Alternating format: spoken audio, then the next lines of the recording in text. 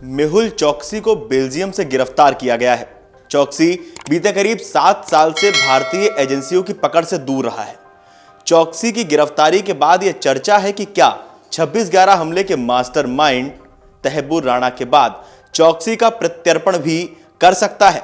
आखिर मेहुल चोकसी कौन है, चोकसी किस मामले में आरोपी है, उससे जुड़ा हुआ पूरा केस क्या है, इसमें कब कब क्या क्या हुआ, चोकसी बीते 7 साल से कहां कहां गया है, बेल्जियम में उसकी गिरफ्तारी क्यों हुई और उसे भारत वापस कैसे लाया जा सकता है। आइए इन सभी सवालों के जवाब जानते हैं। मेहुल चोकसी से जुड़ा पूरा मामला क्या है। मेहुल चोकसी का नाम पहली बार 2018 में सामने आया, जब एक विशेष PMLA कोर्ट ने चोकसी और उसके भांजे नीरव मोदी और निशल मोदी के खिलाफ एक गैर जमानती वारंट जारी किया। आरोप है कि नीरव और मेहुल ने पंजाब नेशनल बैंक यानी PNB के कुछ अधिकारियों के साथ मिलकर बैंक को करीब 13,000 करोड़ रुपए का चूना लगाया। यह बैंकिंग इतिहास का सबसे बड़ा घोटाला कहा जाता है। इन लोगों ने PNB की मुंबई के फोर्ट में स्थित ब्रेडी हाउस ब्रांच के अधिकारियों की मदद से फर्जी लेटर ऑफ अंडरटेकिंग्स LOU के जरिए बैंक से कर्ज पर रकम लेकर विदेशों में ट्रांसफर की। आरोपियों ने फर्जीवाड़े से LOU की अवधि 1 साल तक दिखाई और महंगे आभूषणों का आयात किया, जबकि रिजर्व बैंक की गाइडलाइंस के मुताबिक इनकी अवधि 90 दिन ही हो सकती है, जिसके बाद कर्ज वापसी जरूरी है। भारतीय बैंकों की विदेश में मौजूद शाखाओं ने RBI के दिशा निर्देशों का उल्लंघन किया। वे ऐसे दस्तावेज मुहैया कराने में नाकाम रहे जिसके जरिए विदेश में उनसे कर्ज हासिल किया गया। अब सवाल उठता है कि आखिर बेल्जियम में ही क्यों गिरफ्तार हुआ मेहुल चोकसी। रिपोर्ट्स के मुताबिक मेहुल चोकसी ने बेल्जियम में निवास कार्ड पाने के लिए जाली दस्तावेज जमा किए। भारत ने इसे लेकर यूरोपीय देशों को आगाह भी किया। बताया गया कि चोकसी ने यह भी छिपाया कि वो भारत और एंटीगुआ का नागरिक है। इससे पहले फरवरी में चोकसी के वकील ने मुंबई की अदालत को बताया था कि वो भारत नहीं लौट सकता क्योंकि वो ब्लड कैंसर के इलाज के लिए बेल्जियम में था। कारोबारी ने कहा था कि वो भारतीय एजेंसियों के साथ सहयोग करने और वीडियो कॉन्फ्रेंसिंग के जरिए अदालतों में पेशी के लिए तैयार है। हालांकि इस प्रस्ताव को अस्वीकार कर दिया गया और एजेंसियां उसके प्रत्यर्पण की दिशा में काम करती रहीं। अब सवाल ये उठता है कि भारत से भागने के बाद मेहुल कहां कहां गया और कब गया।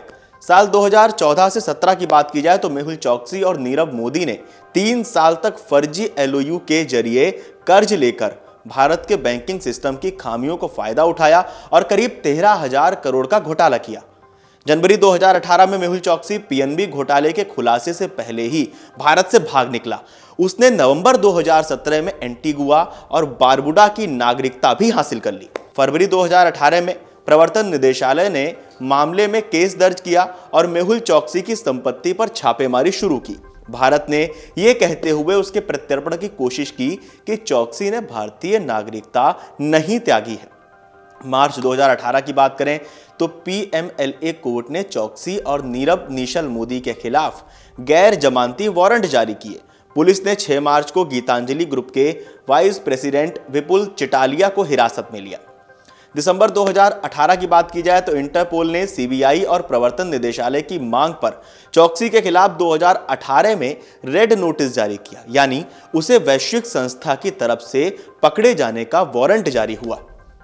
मई 2019 में लंदन की मेट्रोपॉलिटन पुलिस ने चोकसी के भांजे नीरव मोदी को गिरफ्तार किया। फिलहाल वो ब्रिटेन में ही जेल में बंद है। उसके भारत प्रत्यर्पण की कोशिशें जारी हैं। मई 2021 की अगर बात की जाए तो डोमिनिका में मई 2021 में मेहुल चोकसी की गिरफ्तारी हुई। वो कथित तौर पर दक्षिण अमेरिकी देश क्यूबा भागने की कोशिश कर रहा था। चोकसी के वकील ने कहा कि उसे एंटीगुआ से किडनैप कर डोमिनिका ले जाया गया।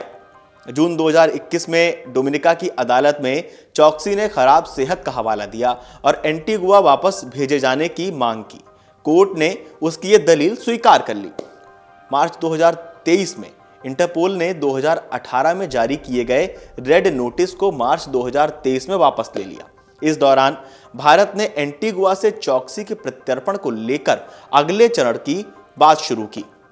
नवंबर 2023 की बात की जाए तो नवंबर 2023 में चोकसी और उसकी पत्नी के एंटीगुआ से बेल्जियम जाने की खबर आई। यहाँ उसके ब्लड कैंसर का एंटवर्प में इलाज कराने की बात भी सामने आई थी।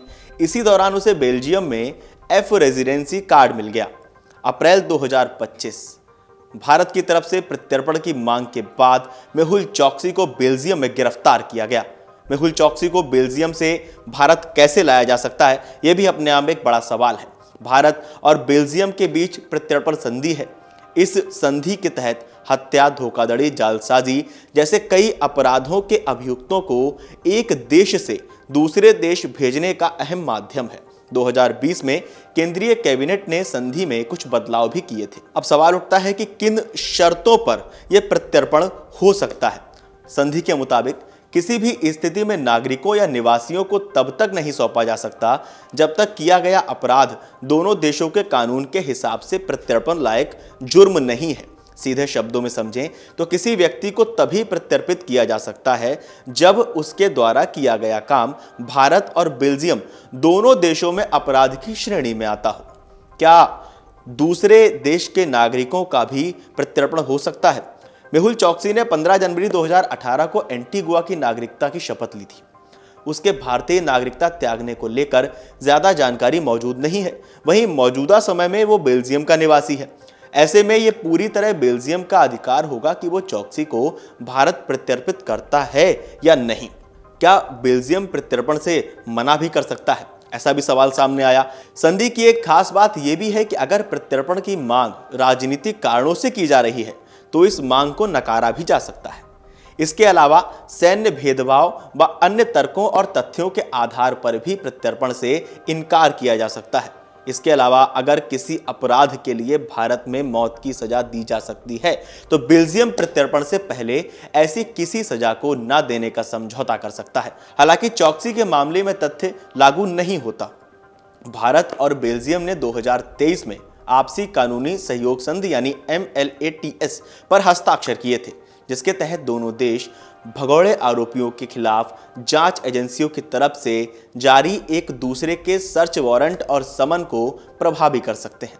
इस पूरी खबर पर मेहुल चोकसी को लेकर आपको क्या कहना है, हमें कमेंट करके जरूर बताइएगा।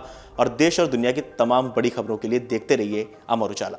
अगर आप ये वीडियो YouTube पर देख रहे हैं तो हमारे चैनल को सब्सक्राइब कर बेल आइकन दबाएं और Facebook पर देख रहे हैं तो हमारे पेज को लाइक करें। 8 मिलियन प्लस सब्सक्राइबर, आपके इस भरोसे के लिए बहुत धन्यवाद।